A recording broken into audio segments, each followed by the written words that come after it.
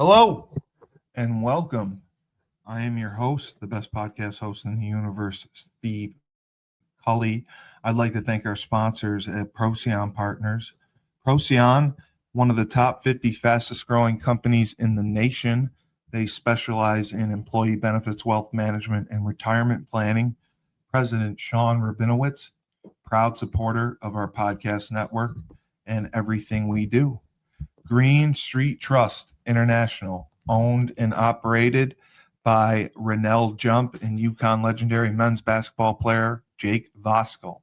They specialize in tax plans for businesses large or small. They will save you money or get you a big fat return on your taxes. To schedule your free strategic tax planning session today, go to www.greenstreettrust.com. Pete Finch and the Finch Law Firm is located in Bridgeport, Connecticut. If you've suffered any type of personal injury, slip and fall, car accident, your mother-in-law ran you over with her car, your wife got angry one night and decided to stab you, the Finch Firm is for you. Pete has won legal battles all across the state of Connecticut. He will go to war to get every dollar you deserve in compensation. You just have to remember, in a pinch, call Finch or go to his website, thefinchfirm.com. Dynamic Human Performance is owned and operated by UConn legendary running back Andre Dixon. He trains boys and girls of all ages, all sports. He has a boot camp program 7 days a week, 6 a.m. You want to get in shape, you go to Andre. He has an athletic development program where he trains boys and girls in the sport of their choice from the ground up, helps them reach their full potential, be the best they can possibly be. Andre has sent boys and girls to college on scholarship for all different types of sports. To work with the best, he has a 5,000 square foot state-of-the-art facility in Hartford, Connecticut. Go to www.dynamichumanperformance.com. All right, and here we are for none other than the MMA Report. I am your host, the best podcast host in the universe, Steve Cully. With me, as always, he gets up, he trains, then he'll go and he'll teach classes, and then after, he beats lots of asses, following which he pounds them into the ground furiously, feverishly, passionately, and you can't stop. He's better than you, and you know it. Yep. You can't do anything about it. Tyler King, the CEO of Crown Sports and Entertainment. Tyler back. is on a 3-month winning streak with his predictions and picks. He lost 2 fights from UFC Freedom, although he really only lost 1 fight. But we'll get into that, and a lot of news coming out of that show. First of all, Tyler, UFC Freedom 250, it was in the works for quite some time. They put a lot of effort into it. It seemed nice. The watch party looked like it was fun. Dana White walking out hand in hand with Donald, well, not hand in hand, but side by side with Donald Trump. Oh, yeah. Seemingly like just showing such a strength, a friendship. It was just powerful and moving to see them together. Just two titans of industry. Yeah, well, the one thing I said about Dana, whether you love him, whether you hate him, whether you think you should pay the fighters more, anything along that, Dana White is a very loyal person. And Donald Trump was instrumental in the survival of the UFC in the early days. He was. Therefore, Dan said, "Hey, Don's gonna be my guy for life." And I mean, whatever you think about Donald Trump, his presidency, some of the decisions he has made, he helped Dana. He's Dana's friend. Dana says he'll be for that guy till the day he dies because Dana would not be where he is today without Donald Trump. I know some liberals are like crying right now. So, hey, sorry, tough look, guys. Yeah, they cried. They cried, and they had some tears in their cereal and other places. They just felt it was so barbaric to have an MMA show on the White House lawn. And Barbaric. yes, Guys, I hate guys. Everyone that says, "Oh, that wants to mash your teeth and like just whine about the fact that there are MMA fights on the White House lawn." Guys, I hate to tell you, but one of the men, what I consider one of our best presidents, Theodore Roosevelt, used to have boxing matches Yep. on the White House lawn. So, guys, cry harder. Whether you like it, whether you hate it, MMA is one of the purest forms of competition in human competition sport. So, hey, Yeah. it's not the Dark Ages. It's not human cockfighting. It is, and this will make the liberals even madder. Joe Rogan's analysis of what MMA actually is the best way to put it. High level human problem solving with dire physical consequences. That's what it is, guys. And you know, you know, in the sport, there's lots of instances where there's just strong dislike to hate between two competitors. But hey, you're not bouncing the ball, throwing it in a hoop against each other. You're fist fighting each other. So it's just an embodiment of the highest level of human competition and Mano y mano. the endurance of the human spirit. Marco, thank you for that comment and very much appreciated. So the show was a spectacle. I thought it had the pageantry of a Super Bowl, and the fighting was somewhat one-sided, but they were limited with the matchups they could make due to other commitments, due to injuries, due to contract situations. They proclaimed some outrageous numbers during the week, which was kind of funny.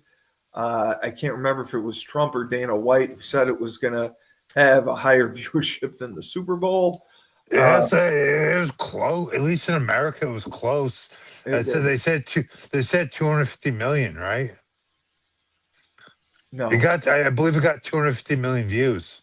I mean, I could be wrong. I'm not a numbers guy. I don't really pay attention to the numbers, but that's the number I heard. It was 250 million. No. Paramount Plus is in 250. Paramount Plus is in like 37.8 million homes.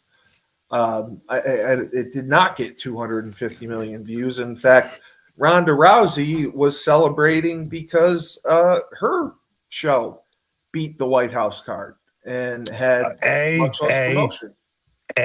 Literally everyone has Netflix. And two, very true. I'm going to give a nod to one of my favorite former MMA fighters, podcast host, analyst now, Matt the Immortal Brown. He had the best quote of all about it. Ronda's looking bitter. Like, first of all, he made the point that Ronda just looks bitter and immature. And then he made the best point about all of this. He said, everyone's already forgotten about the MVP show. They really have. They have. And there was a clip that showed Jake Paul after the fight, the main event, and it highlighted the look on his face, and it was just like a look of disgust because people were booing him and asking for refunds, and it was not what they wanted. And I believe had UFC put it on, Dana White, Yeah. being involved, it would have been even bigger. Yeah. You can't take someone who's been out 17 years and put him in the octagon or Agree. the cage. I'm just going to make this point. Who was 240 pounds a year before. Dude, Steve, I fully agree with you. I was to make this point. And Ronda celebrated like she won the Super Bowl. She did. Okay, so let's talk about this right now. So we'll obviously get into the analysis of it, but two old bitches fighting, a 39-year-old and a 45-year-old or 47, whatever, however old Gina is, going out there. Granted, they were pioneers and the first superstars of women's MMA.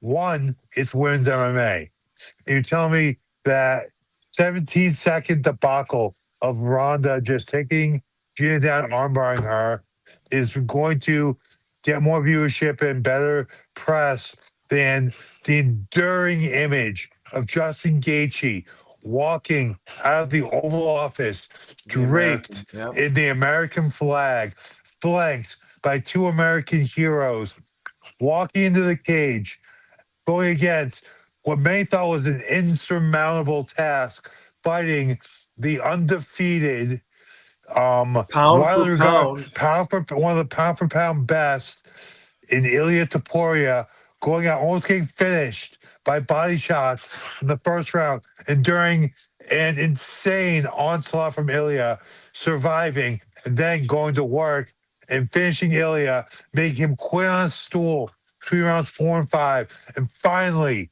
breaking through. Illia having won the BMF belt, having won the interim UFC lightweight title twice, and then finally getting over the mountain and winning the undisputed UFC lightweight championship.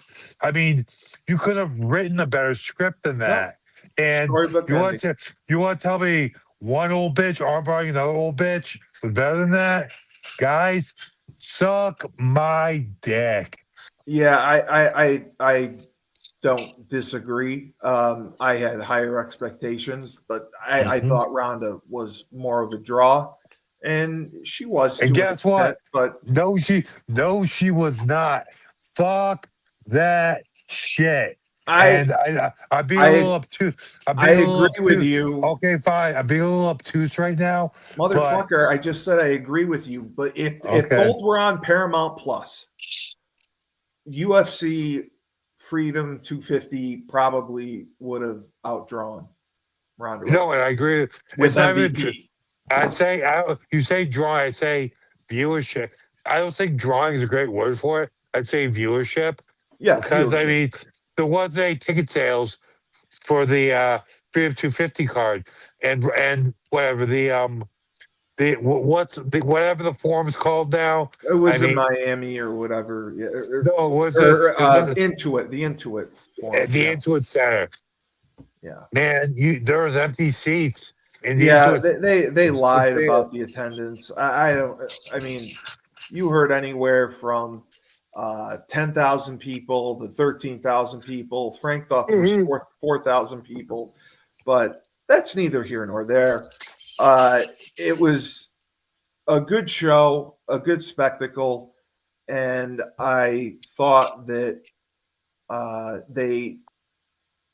it was much classier than I expected, but they put good fighters in. They didn't have any missteps besides maybe one.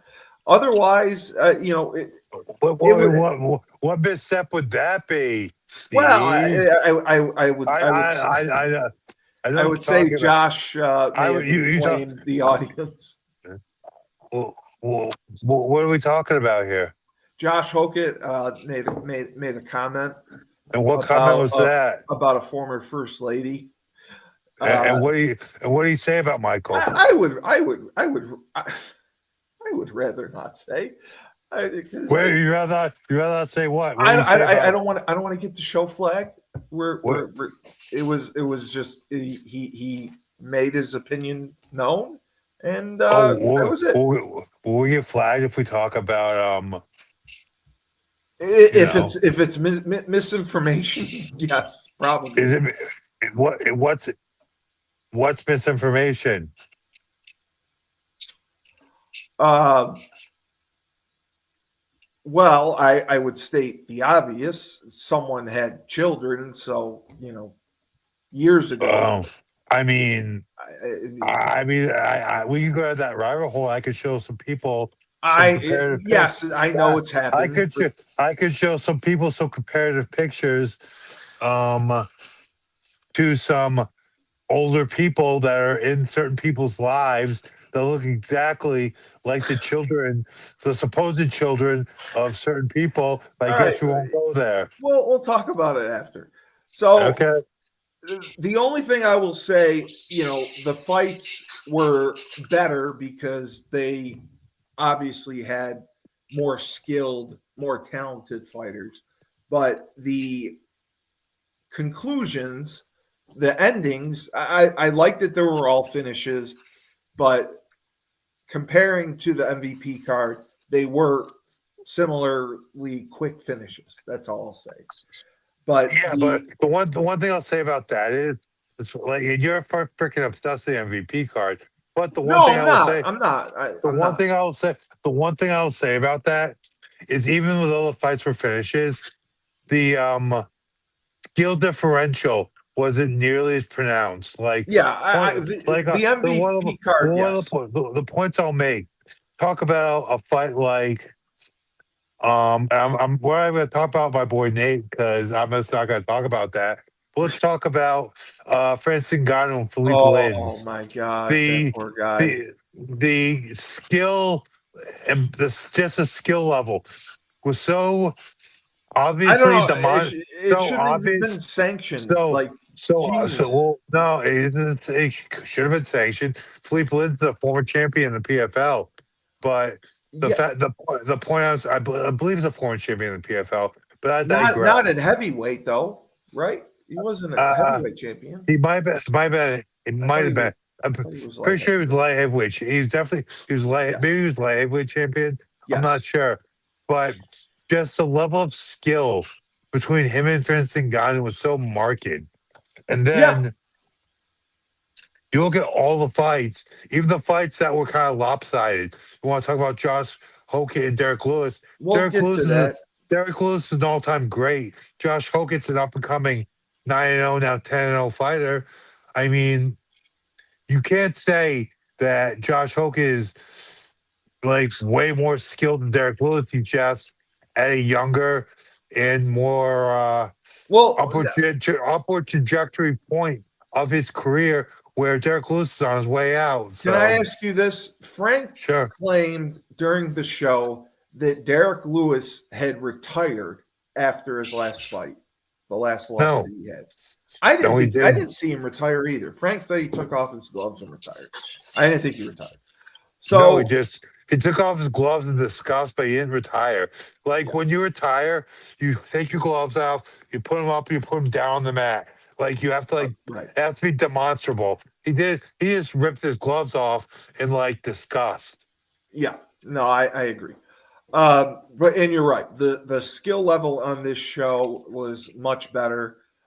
The first fight got off to a good start, and you called it correctly. Diego Lopez knocked out Steve Garcia. Lopez, he looked phenomenal. He controlled the fight in both rounds. Ended it in the second round. I really liked the way that he was moving. I liked his striking.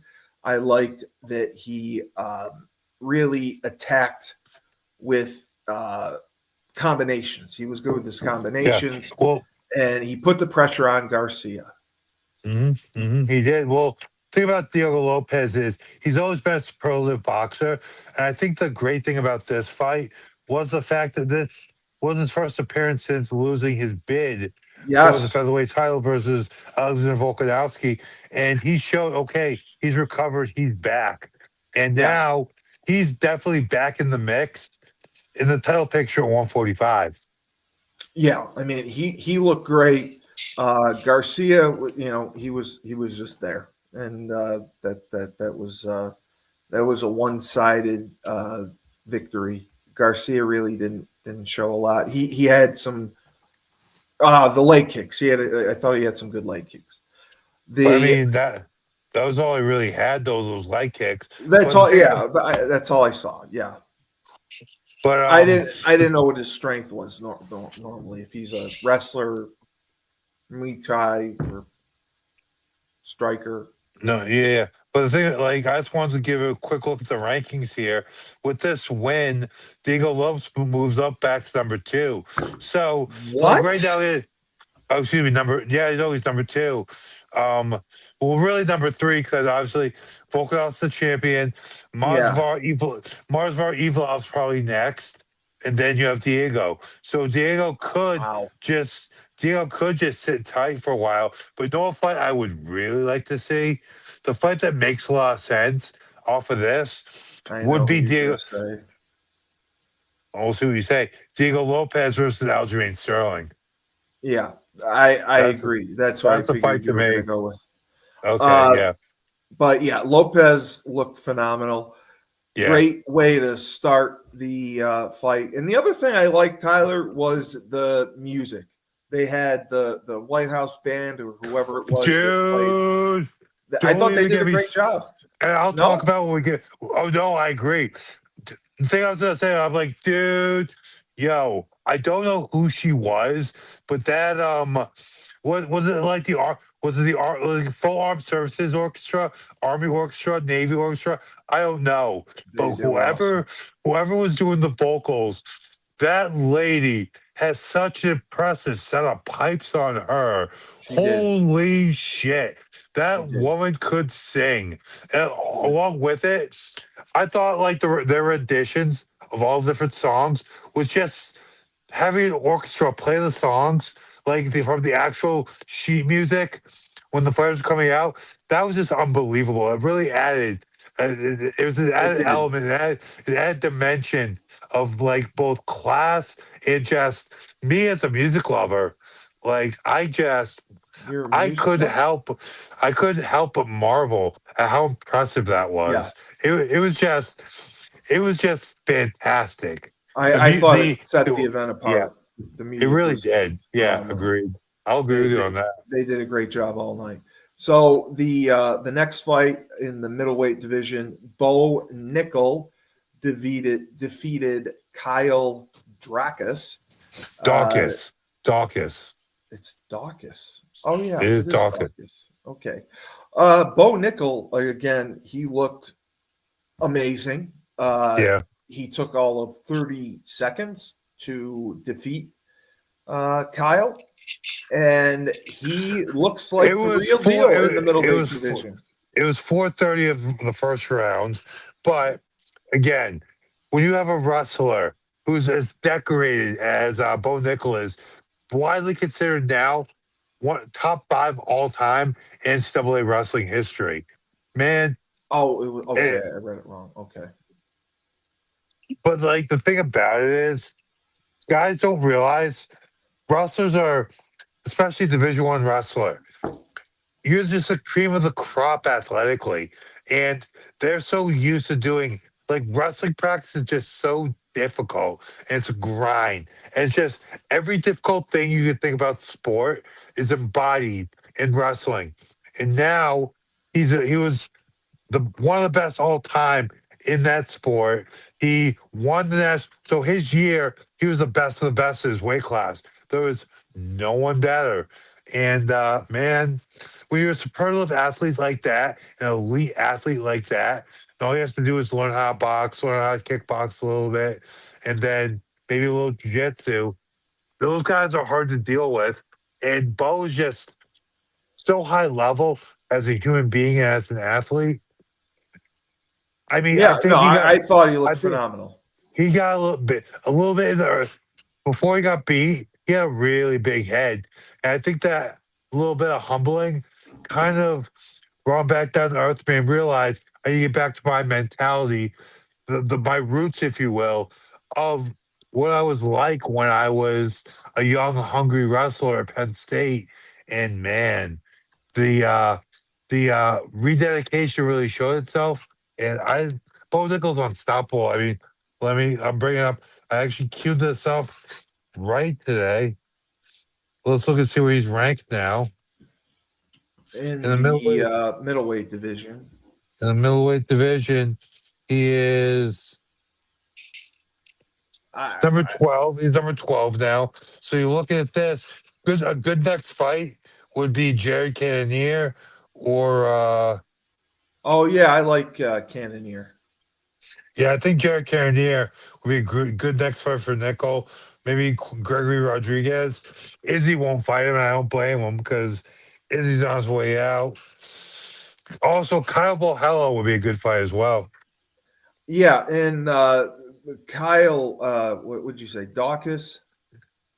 Yeah. I didn't really like him. I didn't find him impressive at all. No, but not that many people look good versus Bo, so Bo, you yeah, got to take that right, into account.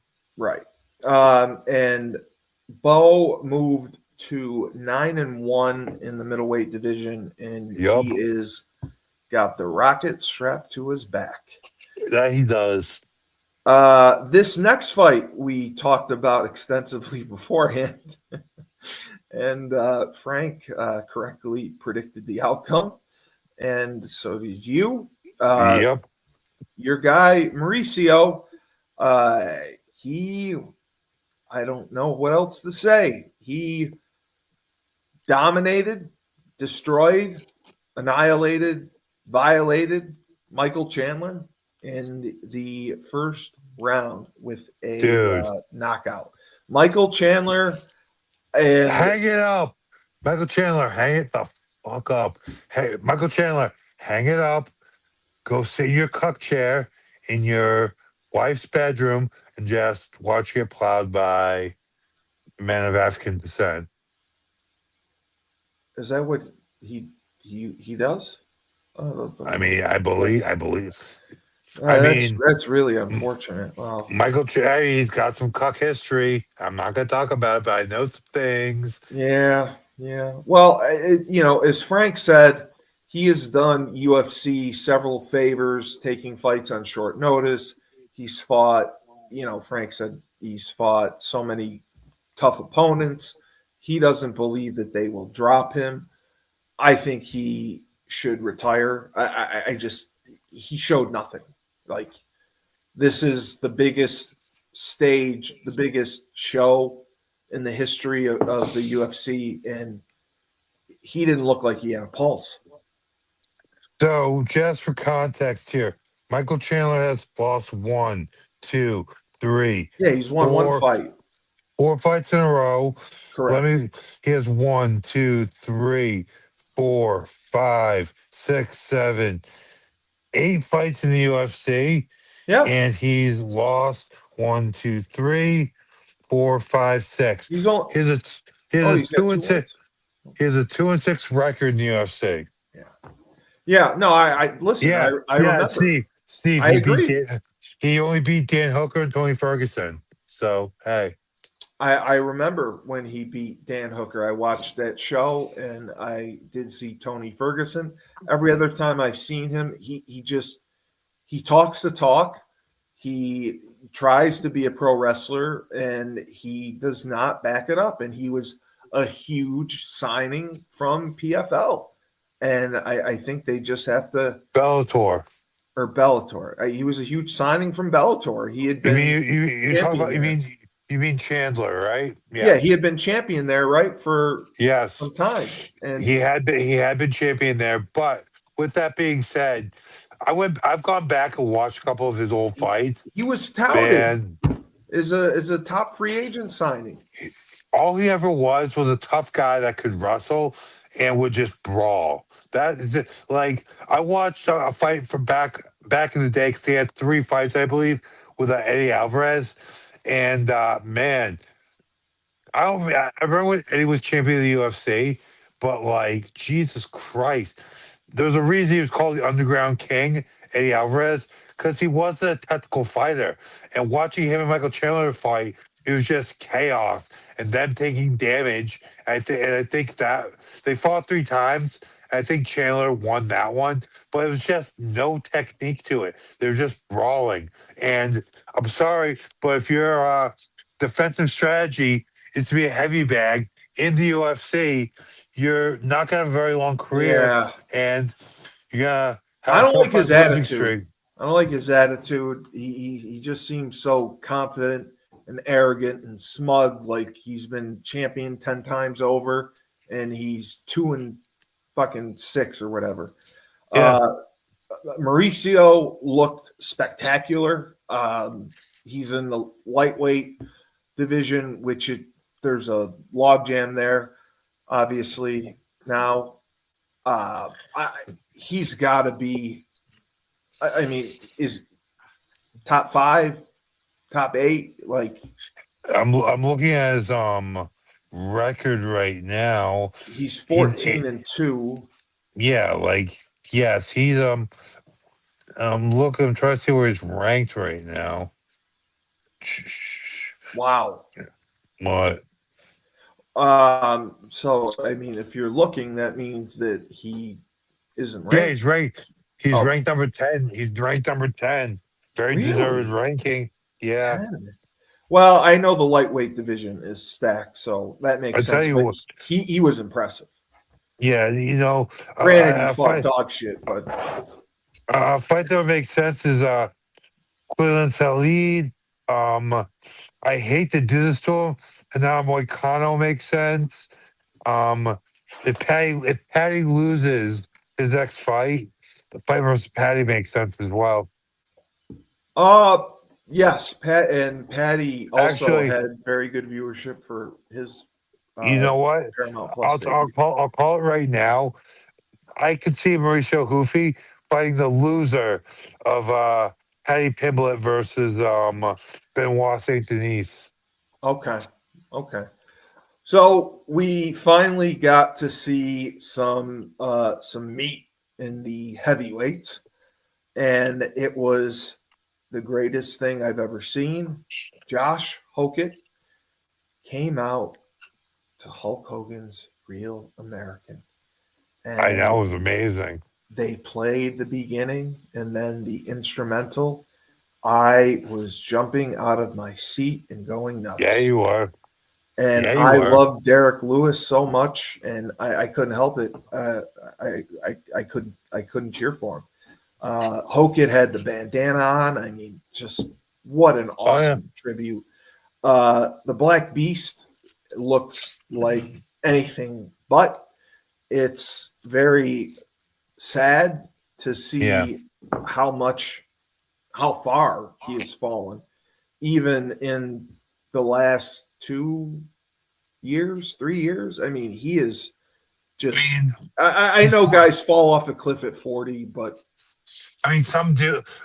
40 isn't what it used to be. no, it's But not. No, you absolutely. also have to keep in mind with Derek Lewis's fighting style, he described himself as a brawler.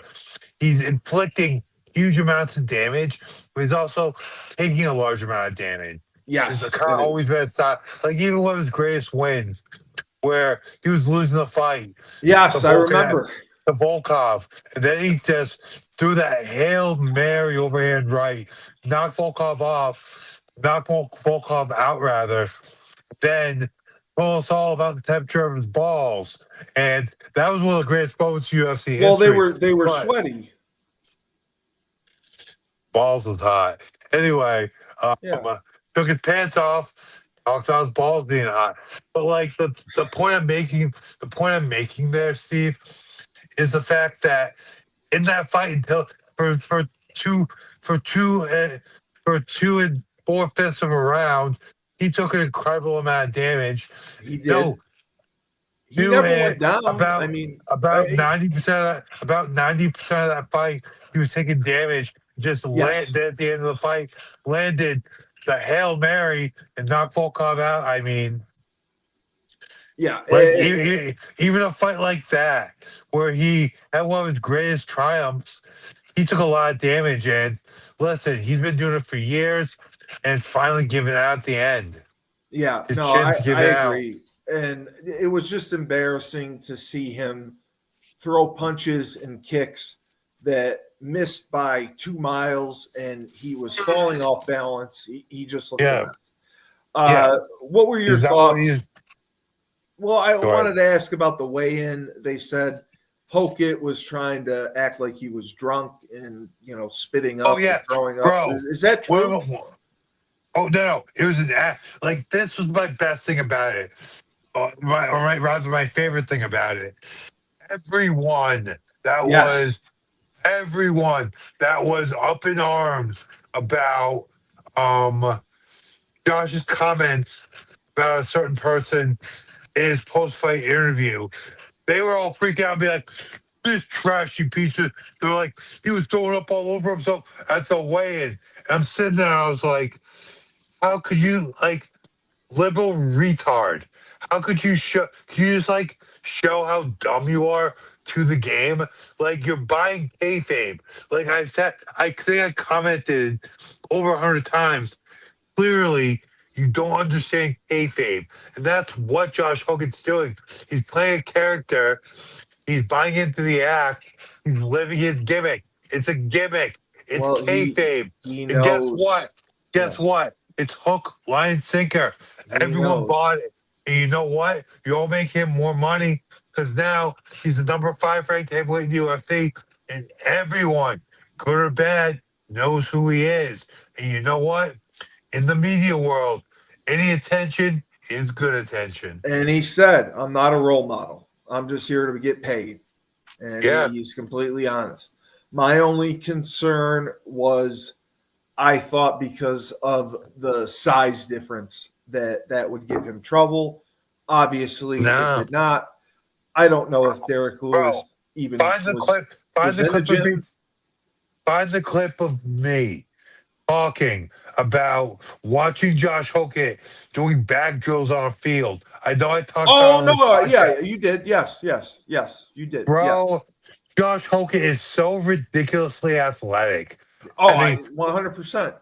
One of my favorite things is all these fat liberal men talk about how they slapped the shit out of Josh Hokit, rather, and talking like they beat his ass. Bro, I can't stand liberal men, dude. You're saying that there's fans or men commenting that they would beat up Josh Hokit? I'll slap the shit out of Josh Hokit. They would? Okay. And then they get thrown on their heads and crushed like the insects that they are. Yeah, I don't think anyone would be as stupid to approach Josh Hokit and slap him. And if they did, it would not end well. It wouldn't end well, folks. We'll be right back. Down south, we have Julius Williams, Jordan Harris, and the rest of the team of the Trench Mob. They train offensive and defensive linemen. They compete in 5v5 tournaments and college showcase camps all across the country. They have sent kids to schools like Florida, Florida State, Miami, Clemson, Tennessee, Georgia, Alabama, just to name a few. They have sent the highest percentage of kids who work with them to Division I schools on scholarship. To work with the best, go to trenchmobfootball.com. Ned Von Young runs the Fresh Fold Laundry Company in Chapel Hill, North Carolina, a high-end laundry service. You book online, put your laundry out in a clear plastic bag. They pick it up, wash, dry, and fold it for you in 48 hours. They also offer an expedited service if you need that as well. They have an online subscription model, weekly or bi-weekly, where you can get your laundry done that way. They offer deals for college students. So if you want your laundry done, you can do it in your own dorm. They have a pickup and now a delivery service. So you can have your laundry done without leaving the comfort of your own home or dorm room. To sign up, go to their website, my-freshfold.com. All right, the next fight in the bantamweight division, Sugar Sean O'Malley. He defeated the Canadian Zabhati, I can't say his name, with a second round knockout. I'm in Zahabi. Yeah, he just looked like he should have been anywhere else but there. He is O'Malley the brother of Firas Zahabi, who's one of the greatest MMA coaches of all time. Zahabi's brother was actually GSP's primary coach. Oh, okay. O'Malley, like I thought he looked emaciated. He looked so small, and he's long. He's a long, skinny guy. That's the way he's always looked like. Yeah, I know, but he looked very, very long. He looked really underweight and emaciated, but he just dominated this one. He took it into the second round again, another knockout. I can't remember if this was a walk-off knockout. Okay. I think it was. No, actually, it was. First, I'm gonna make a couple comments. One, going back to the orchestra, the rendition they did of Lupe Fiasco Superstar was absolutely amazing. It was absolutely amazing. Like when I said, that lady has some pipes. Her vocals for this walkout, it was, my God, it was like I was getting chills watching it. It's a tough song to sing. Also, O'Malley talks about, like, okay, so I'm walking out with these two heroes on my side. He's like, and like, this is the story O'Malley told. He's like, yeah, usually I like to be chill when I'm walking out. He said, I have this hero next to me, this guy I'm like taller by like 5 inches, just saying, you're right, let's go. You're gonna go kill this motherfucker. You're gonna beat his fucking ass. Let's go. Let's go kill him. I'm pretty sure he's one of the 9/11 firefighters. But dude, like, that sounds like the greatest thing when you're walking out to me. That's just so cool. Just having a New York firefighter, a New York hero firefighter, just being, go kick his fucking ass. We're gonna beat the shit out of this guy. Fuck him. Like, and this was in the bantamweight division. He lost his belt. He's won 2 in a row now. Where does this put him in the rankings? And where does he go next? I believe he's 3 right now. Going back, I'm looking. Really? Yeah, he's number 3 right now. So you're looking at him. Okay.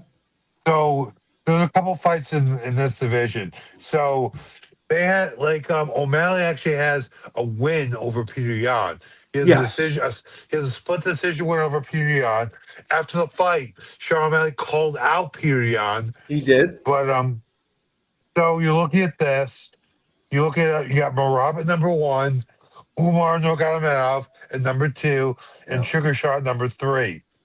So I don't find that the title fight between Merab and Peter Yan to be super competitive. I thought Peter Yan kind of routed Merab. So they could do the rematch there, but I think Umar fought Merab, and Merab beat Umar. Yes. But you look at this, Sugar Sean is a former champion. He has a win over the current champion. And UFC wants to push him to the moon.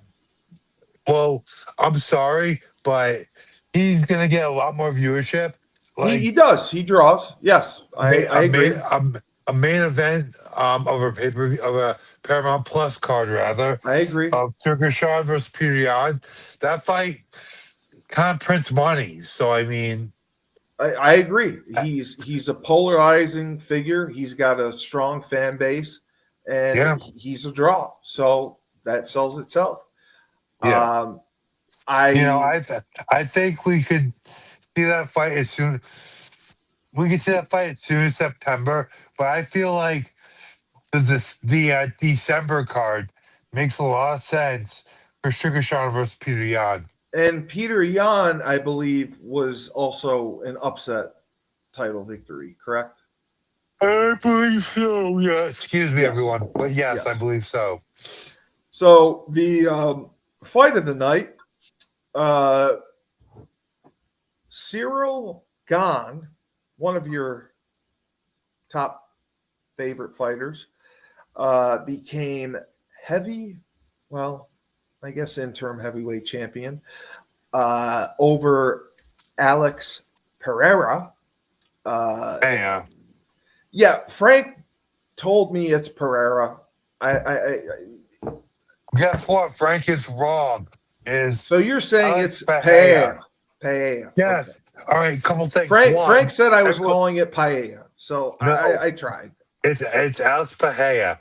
Number one, it's just how it says, how everyone says it. Number two, in Brazilian Portuguese, the R's are pronounced as H's. Really? Yeah. Oh, Yeah. okay. Now you had talked extensively about this. You said the one thing that caused you concern was him moving up to heavyweight. You said he looked great, but you were concerned about his cardio. Now, in the end, I don't know that that was the problem. Everyone and their mother complained about your favorite Frenchman possibly having a few illegal strikes to the back of the head. I don't know Oh, if there were many. I've had a couple debates about this with people who are way more well versed in MMA and MMA rules than you, Steve. I'm not talking shit to you. It's just fact. And a really good conversation, a group chat actually, with a UFC veteran and another local MMA veteran, and John McCarthy, the greatest referee in the history of mixed martial arts, did a breakdown on I don't know if it was his podcast or Josh Thompson's podcast, but he talked about the I'm not gonna turn my head around right now, but okay, look at my hat. Look at my hat right here. Yeah. If you see the back of my hat, you see where the opening is? Look at my two fingers right now. Like this right here, that's illegal. That's illegal. Yeah, and it's a moving target. Yes. No, and then from right about where the top of this cuts off, there, everything above that, like this area of the head, that's illegal. Then you have a strip about this thick going all the way down, the spine and the brain stem. That's illegal. So when you throw a punch, if any part of your fist is touching a legal part Or of the elbow. yeah, so like look at this. That's illegal. That's illegal. That's illegal. If I hit someone right there, and half of my fist is on a legal part, half of my fist is on the illegal part, that's a legal blow by definition to the rules. So listen, Oh, it I don't is. care. Okay. I don't care what anyone says. Cyril Gane is a dirty fighter. With that being said, those blows there might have been one or two really illegal blows. Truly illegal. Yeah, exactly. So I hate to say it, but Alex is pulling some Brazilian bullshit and crying over spilled milk that really isn't there. Well, I mean, Dana backed him up, which was surprising because Dana says Alex doesn't cry or lie or make excuses. Gane, I hate to say it, Gone. but listen, I hate to say it, but in this case, is crying and making excuses. I hate Yeah. it pays me because I love him as a fighter. I love his I know you story. do. Yes. I love him and I love his story. But yeah, he's kind of bitching right now. And he was going to be a 3 division champion, which would have been unprecedented. I thought he was losing even before this happened. You too. I do Gained too. he took it to him. I mean, he looked great. I was impressed. And what did I say? Alex, I did I not say in the preview? You did. Alex needs to keep his hands up. So he fights his hands low. That's number one. Number two, Cyril Gahn, for as dirty of a shitbag fighter as he is, he's very skilled as a kickboxer. Like, there's no denying that. If you deny that, you're just a hater. And Alex got careless with his hands low. He got caught and he got finished. He did. He did. Now, Gahn is technically the interim heavyweight champion. They were debating whether Alex was going to move back to light heavyweight or stay at heavyweight. What do you believe he should do? What I think he should do, I think he should go back down to light heavyweight. I What he should do. What he is going to do, he's already said he's staying at heavyweight. So He did. He did come Yeah. out with that. Yeah. Who would he go up against? Would he get a rematch with Gahn, or do they have He someone won't- else in mind? He won't get a rematch. Would he get No, Hokit? I mean, they're I know actually- they mentioned Hokit, but Hokit No, called him out. Hogan has been calling for that fight. I think that fight makes a lot of sense. Yeah, Like, Hokit called him out. I think Hogan versus Pahea makes a lot of sense right now. Man, I think Hokit would thrash him, but if Alex can figure it out, it's a great fight. I mean, it's a money fight. It'll draw. It for is a money fight. Now, Knowing that would make sense. Just hear me out here. You have O'Malley versus Jan in the main event. Co-main event, Hogan versus Pahea. yeah, no, I like that. I like that matchup, and it was called for. Now, Gahn is going to eventually have to fight Aspinall again. Yeah. I cannot believe now Aspinall has made overtures because of his new management with Mr. Eddie Hearn. Eddie Hearn, yeah. He's going to box and do this and do that. They got to keep the guy happy. Gahn has been through the ringer. He has fought for the title, I believe, on a couple occasions and lost. This was a big win for him. Yeah. I thought he looked just like a brick shit house. No, he really did. He did. He did. And the other thing I'll say, And he was aggressive.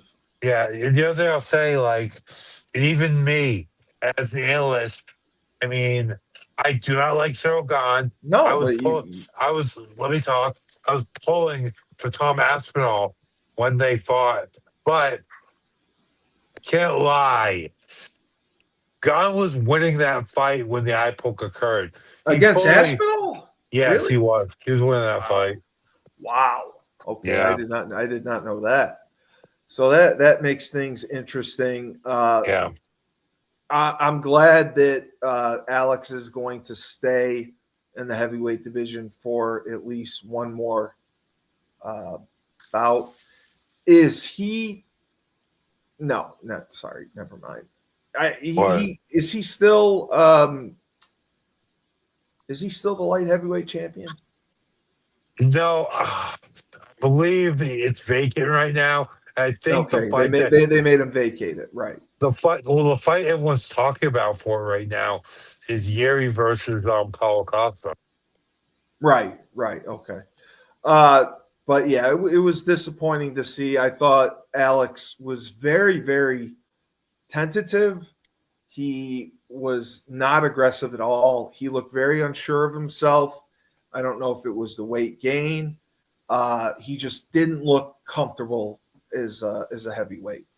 I think he looked too comfortable. I thought he looked too comfortable. Well, I think he was expecting a longer matchup. I think he was preparing himself for like a 4 or 5 round. Listen, fight. but I mean, you can't expect a 4 or 5. Like, you can't really expect that when you're a heavyweight. No, that's Just what I because was saying. everyone hits so hard. So Heavyweight championships. I can't remember many that went 5 rounds. Other than, I don't think I can.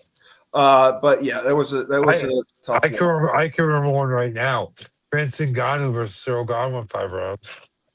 Oh, it did. Okay. Yeah, it did. And Cyril Gane refusing to shake President Trump's hand. That was also also a spotlight. Oh yeah, yeah. Dude, it was hilarious. He blew by Trump, and then the Secret Service guy just started fucking pushing him out. He was like pushing. He was trying to hug his family. He was like, "No, you got to go. You gotta go." He was rushing him out. So yeah, well, guess what? He's heavyweight champ now. And listen, interim. Listen, at the end of the day, and that's what I'll say about that. Cyril Gane, I hate President Trump. I hate all his policies. He's such a jerk. Well, he's French. Yeah, but what? Yeah, exactly. The fuck's going on in France right now? Just hordes of migrants from Somalia and Senegal raping women. Yeah, like, that's what Cyril Gane. You know, he supports that. So there you go. Yeah. So again, Cyril's a piece of garbage, dirty Frenchman. Just, let's hate Trump, but dismiss all the raping that are being perpetuated and committed by all these illegal migrants. And I think he definitely needs to get some anal beads stuck up his butt.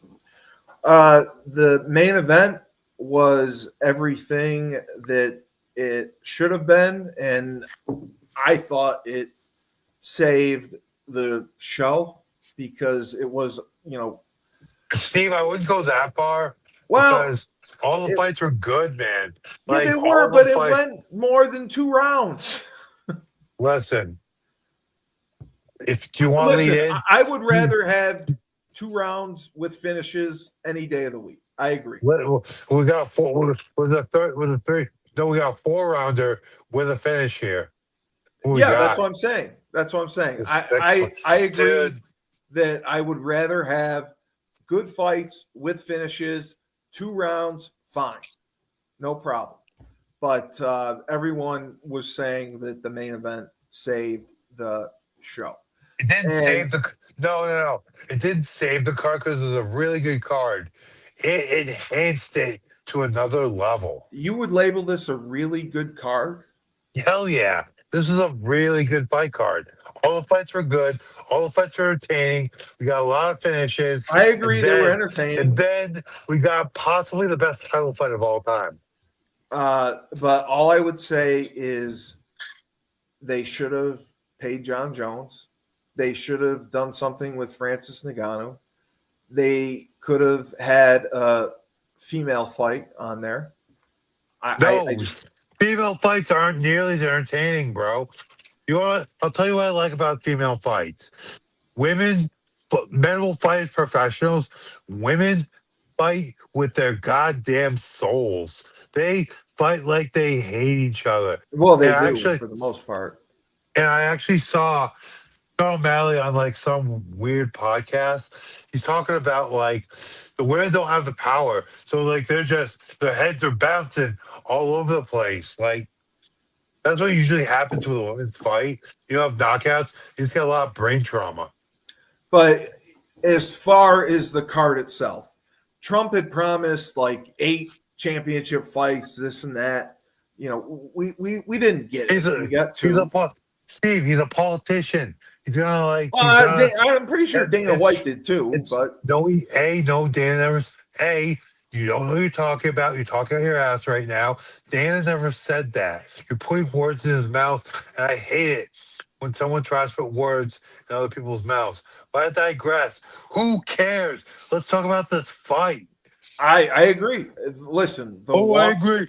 Ooh, I agree. Steve, let's analyze the fight, you dick. I'm analyzing the motherfucking fight. All I'm No, you're saying not. is the You haven't star said- power. They could Who have cares, added a couple dude? guys. It was a great main event. You're whining like a bitch, dude. I am not whining like a bitch. I'm not. You're whining like a bitch. I'm not whining like a bitch. Be thankful for this amazing title fight. It was an amazing title fight. So I'm just gonna take this over now because you're not saying anything. Anyway, watching him walk out was shut your mouth. an incredible spectacle. You have the walkout. You have Justin Gaethje staring at the Declaration of Independence, walking out to an amazing song being performed by that amazing orchestra, draped the American flag, flanked by two heroes against all odds, being written off a 4-1, 6-1 underdog. Just a massive. He was a heavy underdog. Yes. He came out and he finished the undefeated pound for pound favorite, best fighter, number one. UFC. Yeah. Yes. And took everything he had, ate it, then went out and finished them, then quit on his stool. I'm sorry, you couldn't I didn't write know a better that. script. So Topuria actually was the one that. Yeah, quit. He couldn't see. He's like, I can't see. Okay. He quit on his stool. I didn't know if it was the doctor. When you, as a fighter, when you say I can't see, you know I didn't know if going the to doctor stop made the fight. call or So the ref again, did. Or Steve, you're just not even picking up anything I'm saying. I am. No, I hear what you're saying. You're fucking not. I'm Steve. saying I didn't know that he was the one that made the call. Steve. The round before, the doctor came and called it off, and the ref said, "Go ahead." Shut up and let me give my analysis. As a fighter, you know, whenever the doctor's there, if you say the words, I cannot see, you know the doctor will stop the fight. You ever heard of execution by cop?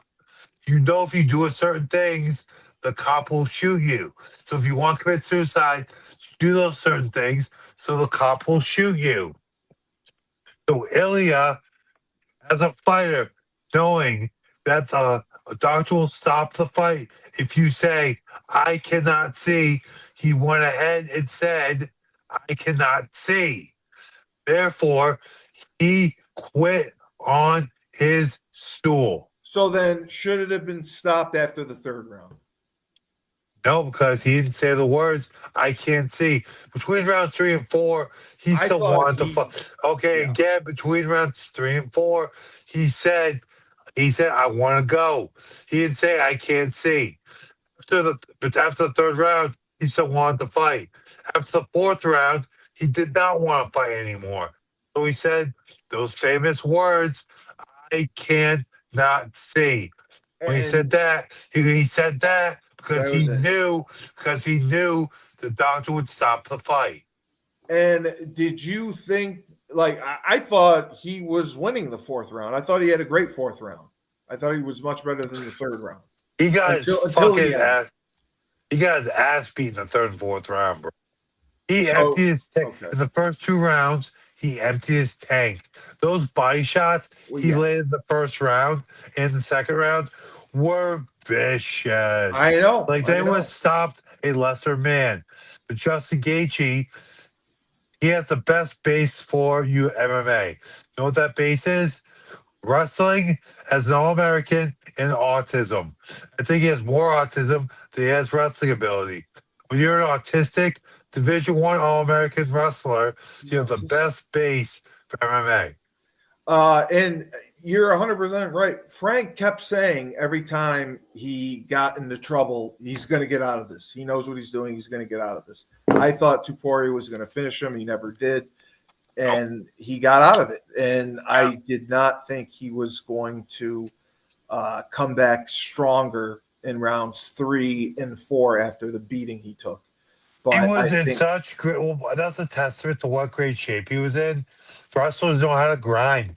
Wrestlers take pride in being able to be miserable. Yep. Well, not again. I say stamina, Steve. I said they take pride in being absolutely positively miserable and still being able to perform. That's what Justin Gaethje did. No, he did. I agree. He did perform. I wasn't expecting it. I was surprised to see him get better after taking that damage. I was surprised to see him turn Tuporia's face into ground beef. I mean, Yep, he just cut him to shreds. I he mean, did. the striking was on point. Uh, Tuporia clearly could not see. Now, I was trying to understand this. So, is Tuporia still a champion of some sort? No, Ilya He's not. was the Okay. he was the 145 champion. He vacated. He vacated. Okay. We That's what. moved to lightweight to win the lightweight belt. So Volkanovski won the vacant belt Right. against what's his name? Diego Lopez. So, Tuporia, Yeah. now, do you think it would have been a different outcome had he gotten the initial fight? Who was he supposed to fight? Magomed, Ankalov, some I can't remember. And they Oh, didn't pay Islam. yeah. No, Islam would have smoked him. Bad. You think Islam would have smoked Tuporia? Bad. Yeah. Islam would smoke Topuria bad. It would And spark him.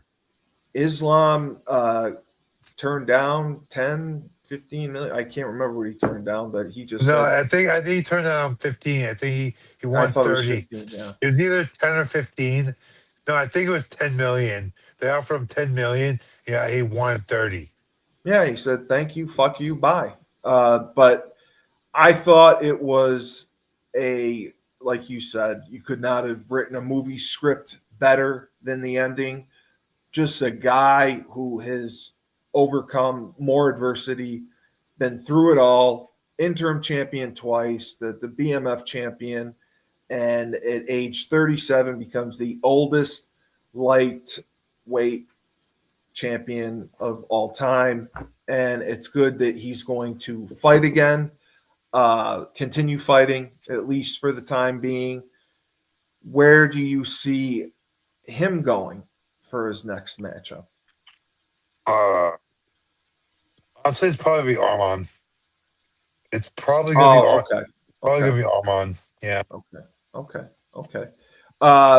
Do you see him having a run? Do you see him having successful title defenses for a year or 2 or 3 fights? What do you think? I could see that. Just depends on where his head's at right now. I mean, so you gotta look at the fights that make sense. If Benoit Saint Denis sparks Patty, then that fight makes sense. I really do think Ron should be next. But again, he's in the UFC doghouse, so you never know. Um, and also, honestly, I'm a big believer in Benoit Saint Denis because I think Benoit's gonna dog walk Patty, and like everyone, like Benoit Saint Denis is a French anti-terrorism forces agent. I mean, that guy's like he's like the new generation Crow Cop as far as like his mentality, and he's not as good at kickboxing as Crow Cop was, but man, he's got some really great fighting chops. So I mean, I think Benoit Saint Denis, even at number 5, is a dark horse, and not for nothing. I think he'll spark Patty. He's a very, very worthy challenger for Justin Gaethje. Jared, I apologize. I didn't see you in the comments earlier. Thank you again for watching. What is next for Tuporia? Dude, Ilya should take 6 months to a year off. Really? At least 6 months. Like he has a lot of healing to do. His face, like you said, was ground beef. I mean, he Yeah, went on his shield. he probably has 2 broken orbital bones. Like No, I agree. Yeah. he should take at least 6 months off. At least between 6 months and a year. Like I'll be very, very, very surprised if we see him within the next 10 months. All right. So overall, grading the White House show, what do you give it? A-. Yeah, I would give it an I'd give it an A. I'd probably give it an A. Honestly, Just if because it's of Josh Hokett. if it's an A-, it's like a 93. You know what I mean? Like, yeah. Yeah. No, I listen. So I'd say so. It's between A and A-. It was a great show. I think it was better than people expected, and the fighters really came out and showed a lot of spirit, which was good to see. And I thought it was really good for the sport. They Agreed. spent a ton of money, and the hope was to bring in more fans, casuals, and I think they'll end up doing that. Just Agreed. quickly, Usman is moving up to middleweight to face Duplessis on July 18th. Do you have any thoughts on Kamari moving up? Okay, I have a couple things here. Number one, want to give a big shout out to my boy Justin Santoro, another one of those great trainers here in Boston, for coming up with the Italian feast that we had for the show. Just coming over, had a great time watching the show with him. But Kamaru versus Dricus. This is going to be the end of Kamaru Usman. Like, Really? oh yeah, dude, he's been out for a year. So here's the thing. Yes. I'll say first, old guys. One point in my career, after the Ultimate Fighter, I took another loss right after. Like and because it was recorded, no one knew about the Ultimate Fighter. I wanted to fight again, so I took a fight, lost. Then the Ultimate Fighter happened. I took an entire year off. After that year, I went on the best. I won two, lost two. Then won the best run of my career with 3 or 4 wins in a row. So sometimes the time off can help. My problem is Kamaru was damaged during his career. You know, a lot of people, casuals, don't know this. Kamaru Usman's knees are so bad, he has to walk upstairs backwards. So I don't think any amount of time off is going to undo the long-term damage that Kamaru Usman has on his body. I think Dricus is going to. I want to say I don't want to use the expression.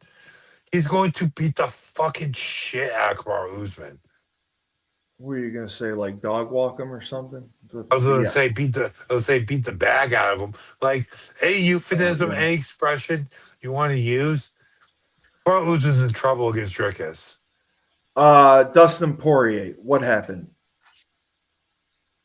So I actually watched the video.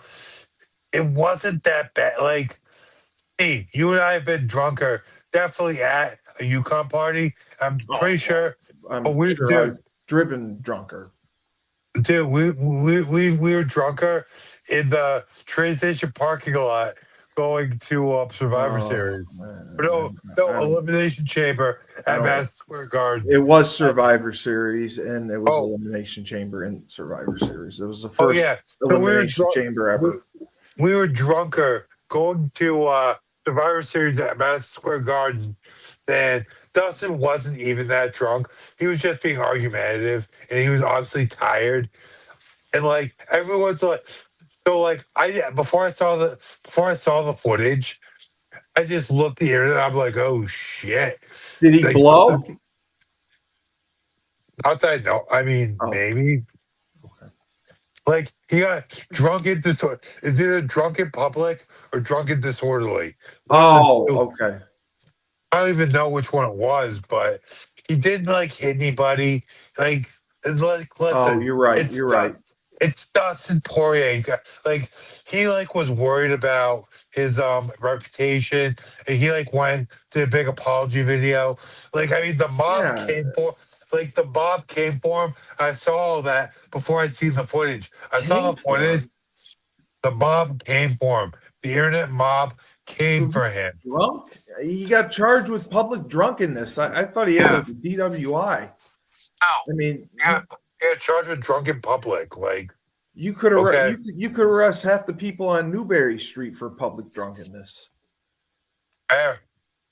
I mean, my God. Okay, so that wasn't a huge deal. It'll blow over very quickly. He won't like lose his job as an analyst, anything like that. It's whatever. So just quickly, fight night this weekend. Which fights are you looking at? And who I gotta go back because I was looking at the Cape versus Horiguchi. Thought we were gonna recap versus Horiguchi. Whatever you wanted. I didn't know if you wanted to recap it. No, I can't do it. I really don't want to. I don't care enough. Okay. If there's any fights on the fight night for this. Oh no, there are though. So fights to highlight for this weekend. The main event: Rafael Fiziev versus Manuel Torres. Manuel coming off 2-fight winning streak, but he didn't really beat anybody of note. He had a loss to Ignacio Bahamondes, and then beat Drew Dober, who's on a losing streak. Beat Grant Dawson, who's on a losing streak. I mean, he had a long win streak before that, but man, Fiziev, I mean, the thing about Fiziev is he's a really good fighter, and he's just been fighting that top tier competition. He's his last, he had pretty rough 3-fight win streak. He fought Justin Gaethje twice, got knocked out by lost a decision to Justin Gaethje. They lost to Gamrot. Wait a minute. I'm still looking at about that. No, lost to Gamrot. Then he lost the gate, got knocked out, I believe. No, excuse me. He lost 2 decisions to Justin Gaethje. Then he beat Ignacio Bahamondes, and then he lost by TKO to Mauricio Hufi. So this is kind of a make or break fight for Fiziev. He might be in danger of getting cut if he loses. As a main event, usually they give you a little more slack. 33 years old, they would dump him. Maybe, I don't know, but it's one of those fights. It's a pretty big fight for Fiziev. Torres needs to win more so, I feel like, but Fiziev, yeah. And also, you guys heard about me classify these fights. It's kind of like I don't want to say get right fight. It's kind of like a high level, high stakes get right fight for Manuel Torres. Gun to my head, I kind of want to go with Torres. Fiziev definitely has a chance. It's a close fight, but gun to my head, go Torres. Next, Michael Pereira versus Magomedov. I'm going to try to say his first name. Oh no, Sharabutin Magomedov. Sharabutin, as I call him. Another get right fight. I feel like I pick Sharabutin this one. And honestly, yeah, Shara. He's the 16-1 guy. Yeah, he's going to dominate. Yeah, I agree. I think so too. Honestly, that's really the only fight. Those are really the fights of note. Yeah, with this the neck card, it's he's impressive. Yeah. I thought you liked the Bruno Ferreira guy.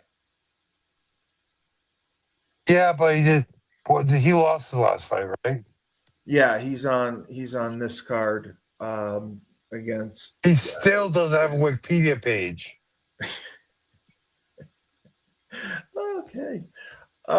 So and then Yeah. By the way, his opponent has won 4 out of his last 5.